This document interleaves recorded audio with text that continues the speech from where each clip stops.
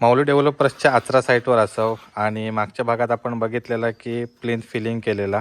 त्याच्यानंतर आता आपण चौथऱ्याच्या वरचं बांधकाम चालू केलं होतं. तर ह्या बांधकाम आपण 7 फूट उंचीपर्यंत करणार आहोत आणि त्याच्यानंतर वरती आपलं फुल लिंटल असणारा लॉफ्ट, त्याच्यानंतर विंडोचे छज्जा, बाथरूम स्लॅब हे सर्व गोष्टी असणार आहेत. काल आपण या ठिकाणी बांधकाम चालू केलेला आणि साधारण काल आपले 3 लाईन्स कंप्लीट झालेले 21 इंच म्हणजे साधारण 2 फुटाच्या आसपास आणि संपूर्ण आपण लाईन आउट वगैरे केलेला. जे आपले प्लॅनप्रमाणे रूम साईज होते ते देखील आपण चेक केलेले आणि आता या ठिकाणी वरचा आपला पुढचा बांधकाम चालू झालेला. तर याच्यानंतर आपल्या आता विंडो लेवलला आपण येऊ. मग त्याच्यानंतर विंडोची मेजरमेंट्स वगैरे साईज असतले ते आपण सर्व त्या ठिकाणी ओपन ठेवून मग 7 फुटापर्यंतचं बांधकाम चालू करतलो. तर या व्हिडिओमध्ये आपण या संपूर्ण बांधकामाची माहिती घेणार आहोत. त्याच्यासाठी ही व्हिडिओ नक्की शेवटपर्यंत बघा. सिंधुदुर्गात घर बांधकामसाठी माऊली डेव्हलपर्सला नक्की संपर्क करा. तर आपल्या ठिकाणी आता बांधकाम चालू झाला. तर यासाठी कोणकोणता मटेरियल आपण मागवला त्याची आधी पहिल्यांदा माहिती घेऊया. तर ह्यो असा दगड, तर दगडाची साईज असा 9 इंच जाडीक, 7 इंच उंचीक आणि 14 इंच लांबीक. तर त्रिंबक आचरामधली ह्यो दगड असा. आता कणकवली आणि मालवण या साईडचे जे दगड असतात तर त्यांका हे जास्त जरा होल येतात. आमच्या देवगड लिंगडा साईडचा जो दगड येतात ते का थोडे कमी होल येतात. ह्यो सगळीकडेच प्रॉब्लेम असा. त्यानंतर हे कॉर्नर्स वगैरे आणि ह्यो जरा दगड सॉफ्ट असता कणकवली मालवणचं. आपल्या देवगडचं दगड जरा थोडं स्ट्रॉंग होतं, त्यामुळे त्याचे कॉर्नर्स वगैरे जास्त जात नाही ट्रान्सपोर्टेशनमध्ये किंवा ह्या पूर्ण आपण शिफ्टिंग करतो त्यावेळी.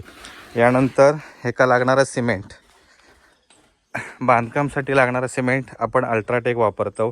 अगदी PCC पासून ते सर्व बांधकाम, त्यानंतर सर्व RCC मेंबर जे आपण कास्ट करतो त्याच्यासाठी आपण पूर्ण UltraTech cement start to end वापरतो. यानंतर असा वाळू. तर पहिल्या व्हिडिओमध्ये तुम्ही बघितलं असतालच की पहिली वाळू आपल्याक जरा ही जास्त शिंपल्यावाली मिळालेली, त्याच्यामुळे आपल्याक ती पूर्ण चाळून हे शिंपले काढून मगच बांधकामाक वापरूची लागलेली. पण आता ह्यावेळी जो लॉट इलेलो असा तर ही पूर्ण मीडियम साईजची चांगली बारीक अशी बांधकामासाठी बेस्ट अशी वाळू असा आणि हे आपण प्लास्टरला देखील वापरू शकतो. फक्त कॉन्क्रीटसाठी असा तर आपल्याला जरा थोडीशी जाड वाळू मागूक हवी. पण याच्यामध्ये एकही शिंपले नाही, त्यामुळे ह्या आपल्याला वाळू चाळूची वगैरे काही गरज नाही. ॲज इट इज आपण डायरेक्ट वापरू शकतो. त्यानंतर या ठिकाणी आपण दगडामध्ये जो मोर्टर वापरतो, आपण माल बोलतो होते का, तर हे त्या ठिकाणी प्रिपेअर केलेलो असा. एकाच 4 प्रमाणात हे आपण बनवतो. 4 घमेला वाळू आणि 1 घमेला सिमेंट, तर असं पूर्ण या प्रमाण असतं आणि हे आपण मिक्स करून प्रॉपर जे आपले दगडाचे जॉईंट्स असतात त्याच्यामध्ये आपण या ठिकाणी वापरतो. ह्यो आपलं संपूर्ण प्लॅन असा आणि यामध्ये मेजरमेंट्स देखील सर्व दिलेले असतात. आणि ज्यावेळी आपला चौथरा बांधकाम चालू होता तर त्यावेळी देखील आपण हे सर्व मेजरमेंट्स सांगितलेले होते. तर इकडे असा आपलं व्हरांडो. तर व्हरांड्यामध्ये या ठिकाणी रेलिंग येणारा फक्त एक त्या ठिकाणी 9 इंचाचो कॉलम येतलो, 9 बाय 14 इंचाचो. त्यानंतर या ठिकाणी बांधकाम चालू असा. आता देवखोलीचा बांधकाम चालू असा आणि आपली जी बांधकाम टीम असा ती बुधवळेची असा संपूर्ण. जर तुमका आचरा, त्याच्यानंतर चिंदर, त्र्यंबक, बुधवळे या साईडची जर तुमका बांधकामसाठी जर गवंडींची गँग हवी असा तर त्यांचा संपर्क करू शकतास. तुमचा नंबर सांगा जरा. नंबर सांगा तुमचं. हां चला, तर नंबर मी तुमका स्क्रीनवर लिहून ठेवतो आहे, तर त्यांना कॉन्टॅक्ट करा. 7 जणांची टीम असा. निलेश गाडी, ओके. तर निलेश गाडी आणि यांची संपूर्ण टीम असा 7 जण असतात टोटल आणि त्यामध्ये 3 मुख्य गवंडी आणि बाकी सर्व जी व्यक्ती असतात तर ती हेल्पर म्हणून असतात. म्हणजे ह्यो पूर्ण माल बनवणे, त्यानंतर हे दगड शिफ्टिंग वगैरे करणे. तर कामाचा स्पीड, त्याच्यानंतर लाईन लेवल आणि मेजरमेंट्समध्ये परफेक्ट. तर याच्यासाठी एकदम व्यवस्थितची अशी टीम असा आणि जवळपास 15 वर्षाचा अनुभव असा. 15 वर्षापासून ही संपूर्ण टीम या बांधकाम क्षेत्रात काम करता. तर त्रिंबक, आचरा, बुधवळे, त्याच्यानंतर मसुरे वगैरे पण करतास ना? होय. तर म्हणजे ज्या बुधवळ्याच्या नियरेस्टची जी गावं असतात तर तुम्ही त्यांना नक्की कॉन्टॅक्ट करा. बरोबर, ओके. प्लॅन वगैरे पण तुमका काढून मिळू शकता. तर संपूर्ण अशी टीम असाही. आपण मग होतो देवखोलीकडे. तर ही देवखोली असा आणि देवखोलीसाठीचं डोअर आपण या ठिकाणी 2.5 फुटाचं प्रोव्हाइड केलेलो असा. त्यानंतर या ठिकाणी आपलं मेन डोअर तर मेन डोअर आपण 4 फूट ठेवलो. तर एका ग्रॅनाईट वगैरे फिक्स होताला, ग्रॅनाईट फ्रेमिंग असणार, त्याच्यामुळे आपण 2-2 इंच एक्स्ट्रा ठेवतो. त्यानंतर या ठिकाणी असा हॉल नंतर आपण जातो इकडे मेन पॅसेजमध्ये. तर तिथून आपल्या एक बेडरूम 1 आणि बेडरूम 2 साठी ॲक्सेस हा, प्लस कॉमन टॉयलेट बाथरूम आणि एक इंडियन टॉयलेट. तर अशा या ठिकाणी आपण एंट्री ठेवलेली असा. आणि या साईडला असा किचन. तर ही असा आपली आग्नेय बाजू, त्यामुळे या ठिकाणी किचन ठेवलेलं असा. आणि ही किचनसाठीची एंट्री आपण जवळपास 3 फूट ठेवलेली आहे. ह्या पोर्शनमध्ये आपलो जिनो असतोला. तर जिन्याक आपण या ठिकाणी राईट साईडवरून अपला जाण्यासाठीची प्रोव्हिजन केलेली आहे. त्यानंतर या ठिकाणी आपला 6 फूट उंचीवर मिड लँडिंग येतला. आणि मग नंतर आपलं वरती जे 10 फूट लेवलला इकडून जिनो जाणारा. तर ह्यो पोर्शन आपल्याक त्या ठिकाणी ओपन मिळणारा. आणि त्या ठिकाणी आपलं स्लोपिंगमध्ये या ठिकाणी जिनो येतोला. इकडून आपण कॉमन पॅसेज जो आपण ठेवतो तो नेहमी आपण 4 फूट ठेवतो, कारण आपल्या काही गोष्टी वगैरे न्यायची असतात, त्यामुळे हे आपण 4 फूट ठेवतो. आणि इकडे असा आणि इकडे असा बेडरूम 1. तर बेडरूमचे जे आपले सर्व डोअर्स असतात तर ते 3 फूट असतात. आणि या ठिकाणी आपण 2 विंडो देखील प्रोव्हाइड केलेले असतात. तर आता 4, 5व्या लाईन एक आपली आता विंडोची संपूर्ण मेजरमेंट येतली. त्याच्यानंतर इकडे असं आपलं टॉयलेट बाथरूम. तर हॉलमधून या ठिकाणी डायरेक्ट टॉयलेट बाथरूम कळू नये म्हणून आपण या ठिकाणी जो बाथरूमचा डोअर आहे तो या साईडला दिलेला.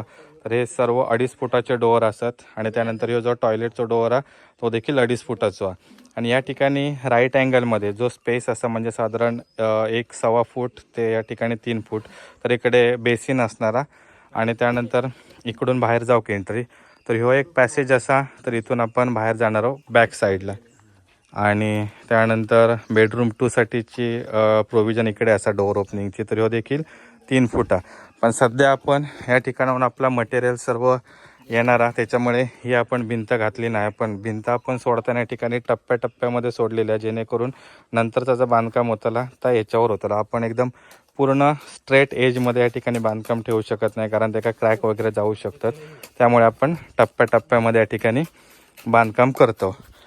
तर बांधकाम करताना काळजी घेण्याचं म्हणजे एक मुख्य कारण, तर जे आपले पूर्ण दगड असतात तर त्या दगडाचे जे हे जॉईंट्स असतात तर हे जॉईंट्स असतात ते एक समान येताने समजा हे दगडाचं जॉईंट जर इकडे आलं तर झिगझॅग पद्धतीचे आपले जॉईंट येऊ हवे. त्याच्यानंतर जो आपला जॉईंट असता तो साधारण 10 ते 12 mm पर्यंत येऊ हवं. आणि त्यानंतर जे आपलं पूर्ण 4ही साईड असतात तर त्या ठिकाणी संपूर्ण ह्याचा सिमेंटचा मॉर्टर आता फिलअप हो हवा.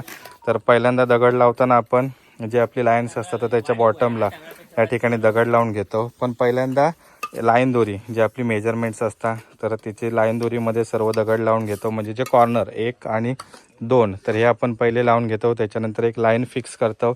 आणि ती लाईन फिक्स केल्यानंतर जे मधले दगड असतात ते आपण लावतो. तर त्याच्या टॉपला देखील या ठिकाणी असं पूर्ण सिमेंटचा मोर्टर लावायचं लागतं. आणि नंतर हे जॉईंट्स असतात तर ते फिलअप होतात ॲटोमॅटिक. आणि मग नंतर हे उरलेले जॉईंट्स असतात ते आपण बाहेरून फिलअप करतो. तर ते आपण एवढ्यात करणार नाही आहोत. लाईन दोरी लावल्यानंतर दगड शिफ्ट झाल्यानंतर तो पूर्ण ओळंब्यात आहे की नाही, लाईनमध्ये आहे की नाही, तो देखील चेक करायचं लागतं. त्यानंतर हे माल पण असता तो पण प्रॉपर, काही वेळा आपलं घट्ट हो असता, काही वेळा पातळ होय असता. आणि हे सर्व जॉईंट्स असतात तर ते देखील व्यवस्थित प्रॉपर फिलअप हो हवे, ह्याची काळजी आपल्याक घेऊची लागता. अजून एक घरमालकांचा विषय असता की दगडाचे कॉर्नर्स. तर आता इकडे आपण बघितले तर हे काही कॉर्नर्स असतात तर ते गेलेले असतात. तर काही वेळा आमका घरमालक फोटो काढून पाठवतात की दगडाचे जॉईंट्स असे गेलेले असतात, फिलअप केलेले नाहीत. तर त्यांच्यासाठी एक महत्त्वाची माहिती, ह्यो संपूर्ण जो दगड असतात तर ह्यो खणीतून काढल्यापासून डंपरमधून ट्रान्सपोर्टेशन, त्याच्यानंतर इकडे साईटवर शिफ्ट करणं आणि साईटवरून शिफ्ट केल्यानंतर पुन्हा या ठिकाणी लावणं. तर एवढ्या ट्रान्सपोर्टेशनमध्ये या ठिकाणी या दगडाचे काही जॉईंट्स फक्त जातात, पण एवढं त्याचा काही इफेक्ट पडत नाही, कारण हे दगड एकदम मजबूत असतं. आणि जसं जसं याच्यावर ऊन वारं पाऊस या वातावरणाचा पूर्ण म्हणजे परिणाम होता, त्याच्यानंतर हे दगड स्ट्रॉंग होत जाता. तर घरमालकांका एक विनंती की हे जॉईंट्स फिलअप होतात आणि हे जे कॉर्नर्स गेले असतात ह्याचं काही एक तेवढं विषय नसतात टेक्निकली आणि स्ट्रक्चरल दृष्ट्या पण. आणि अजून एक विषय असता की हे जे दगड असतात तर ते कटिंगमध्ये थोडेफार, म्हणजे आता ह्यो जर 9 इंच जर बघितलास तर प्रॉपर 9 इंचामध्ये आपल्याला कधीच मिळत नाही. देवगड आणि कणकवली यांच्यामध्ये खूप फरक आहे. त्याच्यामुळे जे गौंड्यांची टीम असतात तर एक लाईन पूर्ण लेवलमध्ये करतात, म्हणजे जे आपल्या ओळंब्यामध्ये हवी आहे ती. बाकीची एक लाईन असतात ते आपल्याला थोडीफार आतबाहेर मिळतं. म्हणजे आता इकडे बघितलास तर या दगडाची साईज थोडीशी एक 5 mm एक्स्ट्रा असा, ह्या दगडाची साईज बरोबर लेवलमध्ये असा. तर जे आपल्या फ्रंट पेसिंग असतात ती आपण लाईन पूर्ण एका लेवलमध्ये घेतो. आणि जी आपली आतली किंवा जी आपल्या कशी विजिबल करूची नसतात साईज, तर ती आपण ही थोडीशी आतबाहेर या ठिकाणी ठेवतो. पण या संपूर्ण प्लास्टरमध्ये झाकला जाता. तर हे छोटे छोटे बेसिक गोष्टी असतात, पण ह्याच्यावरनं कॉन्ट्रॅक्टर आणि घरमालक ह्यांच्यामध्ये देखील वाद होतात. त्याच्यामुळे घरमालकाने ही एक गोष्ट लक्षात ठेवा की हे संपूर्ण नॅचरल दगड असल्यामुळे तो कसं येतो आयडिया नसता आपल्याक. त्याच्यानंतर साईजमध्ये देखील थोडंफार फरक असतात. ट्रान्सपोर्टेशनमध्ये हे कॉर्नर्स देखील कट होतात. तर हे सर्व एकदम नॉर्मल असं आहे ना. तुमच्या घराच्या मजबूतीवर किंवा भिंतीच्या मजबूतीवर काही फरक पडत नाही. तर आता सध्या आपल्या ठिकाणी बांधकाम आता सुरू आहे. तर पुढच्या व्हिडिओमध्ये म्हणजे पुढच्या वेळी आपण आता उद्या साधारण आपल्या 4 दिवस लागतील ना हो, अजून 2 दिवस लागतील. तर 2 दिवसात आपला साधारण विंडो लेवलला आपण येलो आणि नंतरचे जे काय आपले असतले ते डोअर्स आणि विंडोचीच आपली बांधकाम असताला. थोडं कटमध्ये बांधकाम असताला. त्याच्यामुळे नंतर काय जास्त वेळ लागायचो नाही. साधारण 3 ते 4 दिवसात बांधकाम कंप्लीट होण्याचे चान्सेस असतात. बघूया. मटेरियल तर आपल्याकडे येतं व्यवस्थित आणि यावेळी आपण त्या ठिकाणी माती फिलअप करून घेतल्यामुळे डायरेक्ट आपला जे आपले बेडरूम आहेत तर तिकडे देखील दगड येतात. त्यामुळे ट्रान्सपोर्टेशनचा आपलं वेळ देखील या ठिकाणी वाचलेलो असा. तर आता ती भिंत पॅक झाल्यानंतर आपल्याला दगड बाहेर उतरूचं लागतलो आणि जी आपली पूर्ण एक्झिट असा बॅक साईडला जाऊची, तिकडून आपल्याला पुन्हा आतमध्ये येऊचा लागतला. तर चला आता उद्या भेटूया. आता आपण चाललो फोंडा साईटवर. दगडी बांधकामाचं आपलं 3rd डे. तर आजच्या दिवसात आपण विंडो लेवलच्या वरती 4 लाईन्सपर्यंत येलो साधारण. तर विंडो लेवल आपली 3 फूट लेवलपर्यंत असा. आता इकडून साधारण 4 फूट आपला बांधकाम राहुला. तर उद्याच्या दिवसात कंप्लीट होईत आपलं बांधकाम. तर आता आजचा बांधकाम झालेला तर त्याका पूर्ण जॉईंट फिलिंगचं काम या ठिकाणी चालू आणि उद्याच्या दिवसासाठीचे दगड शिफ्टिंगचं काम या ठिकाणी चालू असा. तर आपलं जिना पोर्शन असा. त्यानंतर इकडे किचनचे विंडो देखील आपण एक साईड अप या ठिकाणी पकडलेले असत. त्यानंतर इकडे असं आपलं बेडरूम. त्या ठिकाणी बेडरूमचे देखील जे सर्व विंडो वगैरे असतात ते आता क्लिअर तसे दिसतातच आपल्याक. तर बघूया आता उद्या किती बांधकाम होतं. आता 3 लाईन्स आपले फक्त राहणारच. बाकी इकडे मोस्टली काम या ठिकाणी झालेलं असं. आणि आपण आता इलव बाथरूमचे जे आपले विंडो लेवल असतात त्या लेवलला देखील आपण इलव सर्व जॉईंट्स अजून फिलअपचं काम बाकी आहे. तर त्या देखील आपण फिलअप करणार आहोत. तर आता उद्यासाठीचं दगड शिफ्टिंग चालू आहे. तर इकडून आता बॅक साईडला देखील जे आपले संपूर्ण बांधकाम वगैरे असं आता झालेलं असं. हे जॉईंट्स फिलअप झाल्यानंतर एकदम पूर्ण क्लिअर फिनिशिंग आपल्याक दिसतला. इकडून आपल्याक मस्त व्ह्यू बघू मिळता. हे असा बेडरूम. त्याच्यानंतर इकडे असत आपलं टॉयलेट बाथरूम. ह्यो एक बेडरूम आणि समोर हॉल आणि आपलं किचन. तर 9 थर या ठिकाणी बांधकाम झालेला आणि आपले टोटल लागणारच 12 थर. 12 थर बरोबर आपण 7 फूट उंचीवर येतलो आणि 7 फूट उंचीपेक्षा एक साधारण 2.5 ते 3 इंच एक्स्ट्रा या ठिकाणी बांधकाम होतं. तर उद्याच्या दिवसात बांधकाम कंप्लीट होईत तेव्हा तुमका संपूर्ण वरून सगळं व्ह्यू दाखवतलं आणि त्याच्यानंतर मग आपण काम करणार आहोत खाली सोलिंग PCCचा. वा. तर आजच्या दिवसाचं काम या ठिकाणी आता संपला. पुन्हा आपली एक दगडाची गाडी येईल. तर उद्याच्या दिवसाचं काम सकाळी कमी करूसाठी या ठिकाणी आताच दगड शिफ्ट करून ठेवतात. म्हणजे उद्या सकाळी इल्यावर हे आपल्या पहिल्या लाईनीचं काम एकदम फास्टमध्ये चालू होतं. मंडळी 5व्या दिवशी आपला संपूर्ण 7 फूट उंचीपर्यंत या ठिकाणी बांधकाम झालेलं असा आणि सर्व जे जॉईंट्स वगैरे असतात तर ते आपण पूर्ण फिलअप करून घेतलेले असत. आणि आता आपल्या या ठिकाणी वरच्या लिंटलवरचं काम चालू होईल. तर यामध्ये आपण बाथरूमवरचं स्लॅब, बेडरूमवरचे आपले लॉफ्ट, त्याच्यानंतर विंडोचे छज्जा, जिनो आणि 7 फूट उंचीवरचं व्हरांड्यावरचं स्लॅब. तर हे सर्व गोष्टी आपण पुढच्या व्हिडिओमध्ये त्याची माहिती घेतलो. या व्हिडिओमध्ये आपण माहिती घेतली आपल्या 7 फूट बांधकामापर्यंतची. तर आता आपण इकडून वरून तुमका दाखवतो की कसा बांधकाम झाला. तर आता आपण खाली रूममध्ये जाऊन या ठिकाणी बांधकाम कसं केलं आता बघूया. आता आपण इलो खालच्या साईडला. तर इकडे आपण बॅक साईडला जाणारे पायरे संपूर्ण बनवलेले असत आणि त्यानंतर इकडे आता आपले उरलेले ट्रेप असतात आणि या ट्रेपमुळे खूप आपलं प्रॉब्लेम झालो. कारण इकडे आपण रवाळी टाकणार होतो रबल सोलिंगसाठीचे दगड. तर ते आपण शिफ्टसाठी ही जागा ठेवलेली, पण दगडाचा आपला थोडंसं स्टॉक राहिल्यामुळे आता आपल्याला थोडीशी जरा मेहनत करूची लागतेली. या पाठीमागे रवाळी टाकून मग सोलिंगसाठी आपण जाऊ. तर इकडे आता आपला बांधकाम कंप्लीट झालं. हे आपण थोडंसं इनकम्प्लीट ठेवला कारण इथून नंतरच्या वेळी आपल्याला दगड शिफ्ट करूचे लागणारच, नाहीतर आपल्याला कसा गोल फिरान जाऊ खवा. या ठिकाणी बांधकाममध्ये एक विषय असो की मी आधीच बोललेलो आहे की आपला एक साईडचा या आतला बांधकाम असतात तर त्याची थोडेसे दगड आत बाहेर होतात, कारण हे जे दगड येतात कणकवली देवगड साईडचे कणकवली मालवण साईडचे, तर ते दगडामध्ये थोडंसं जरा फरक असता, मापात नसतात ते. पण देवगड साईडच्या दगडात ह्यो प्रॉब्लेम येत नाही, एका पूर्ण एक प्लेन पूर्ण आपलं बांधकाम राहता. आता जर तुम्ही इकडे बघितलास तर ह्या साईडची ही भिंत तुमका एकदम पूर्ण प्लेन दिसतली, ओळंब्यात वगैरे आपण ही घेतो आणि ह्याची लेवल पण तुमका एकदम सेम दिसतली. पण आतल्या साईडटिक जर बघू गेलास तर हे थोडेसे आत बाहेर दिसतले. हे दगड थोडंसं बाहेर, हे दगड लेवलला असत. ह्याच्यामध्ये एक लेवलचे दगड पण आपण करू शकतो, पण एका वेळ खूप जाता, प्लस याच साईडचे दगड आपल्याला पुन्हा खायचे मिळतील ती पण गॅरंटी नसता. त्याच्यामुळे आपण हे सगळं प्लास्टरमध्ये कवरअप होत असल्यामुळे जास्त आपल्या या ठिकाणी लक्ष द्यायचं लागत नाही. तर सगळीकडेच ह्यो प्रॉब्लेम आहे. घरमालक बोलतात की बांधकाम थोडासा आत बाहेर झाला, पण एक साईड तुमच्या लेवलमध्ये येताला तर एक साईड थोडासा आत बाहेर येताला. तर ह्यो कणकवली, त्याच्यानंतर मालवण, सावंतवाडी साईडचे जे दगड वापरतात त्यांकाही सगळ्यांका आयडिया असतली. त्यानंतर आपण आता हॉलमध्ये येलो आणि या ठिकाणी आता आपण पाणी सोडून ठेवला सॉईल कॉम्पॅक्शनसाठी. आणि त्यानंतर हे आपले पूर्ण सर्व लाईन्स असत दगडाचे, तर हे आपले पूर्ण 12 लाईन्स झालेले असत आणि 7 फूट 3 इंच आपला बांधकाम या ठिकाणी गेला. तर ज्यावेळी आपला 8 इंचाचा दगड येता, जाडीक आपला जो 8 इंचाचा दगड येतं त्याच्यामध्ये बरोबर 10 लाईनी बसतात, म्हणजे 80 इंच बसता.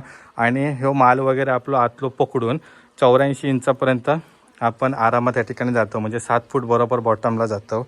पण हे जे दगड येतात 7 इंच हाईटचे त्याच्यामध्ये आपल्याला 12 लाईन्स घ्यायचे लागतात आणि प्लस आपला 3 इंच एक्स्ट्रा राहतो. तर 3 इंच आपण ह्या कवरअप करणार आहोत या ठिकाणी सोलिंग आणि PCCमध्ये.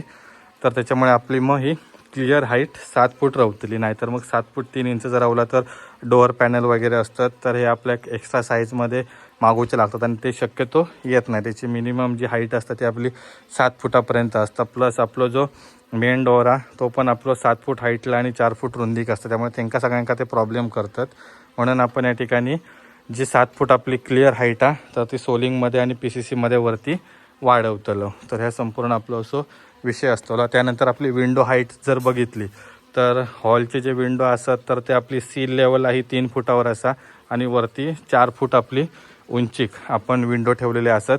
ही विंडो 5 फुटाची ठेवलेली आहे, बाकीचे विंडो आपले 4 फुटाचे आपण ठेवलेले असतात. त्यानंतर इकडे असणारा किचन, तर किचनची विंडो आपण 7 इंच कमी ठेवलेली आहे, कारण या ठिकाणी आपलं ऑटो बसणार आहे. त्यामुळे किचनचे जे 2 विंडो असतात ते आपले 4 फूट रुंदीक आणि आपले एक 3 फूट साधारण 4 इंच आपले हाईटला असत. अशी पूर्ण विषय असा इकडे. नंतर या ठिकाणी असं आपलं जिनो, तर जिन्याचे पायऱ्या आपले या ठिकाणाहून चालू होतलेत राईट साईडने. आणि नंतर जो जिन्याचं आपलं बीम येणार आहे त्याच्यासाठी आपण जे 14 इंच संपूर्ण 3 साईडने ज्या ठिकाणी आपलं मिड लँडिंग येताला तिकडे आपण ती जागा ठेवलेली आहे. कारण फक्त आपण एकाच साईडला बीम घालत नाही, तर जेवढं आपलं लँडिंग असतं त्या पूर्ण लँडिंगला आपण तो बीम घेतो आणि मग वरती काय बांधकाम राहत त्याच्यावर आपलं लिंटल येतो किंवा बांधकाम येतं, असं संपूर्ण या ठिकाणी विषय आहे. त्यानंतर इकडे वरती पण आपलं बाथरूमचं स्लॅब असणार आहे. बेडरूमचे आपण जे विंडो ठेवले आहेत ते दोन्ही पण 4-4 फुटाचे असतात या ठिकाणी आणि ज्याची हाईट पण आपली 4 फूट असतात. तर पूर्ण स्क्वेअरमध्ये या ठिकाणी ते विंडो आपले इलेले आहेत. बाथरूमला या ठिकाणी आपण जो वेंट ठेवलेला असा तर तो आपलं 1.5 फूट रुंदी का आणि 2 फूट उंची कसा, बाकी आपला 7 फूट पूर्ण 3 इंच बांधकाम या ठिकाणी झालेला असा. या ठिकाणी असा एक्झिट जी आपण 3 फूट रुंदीक ठेवलेली आहे.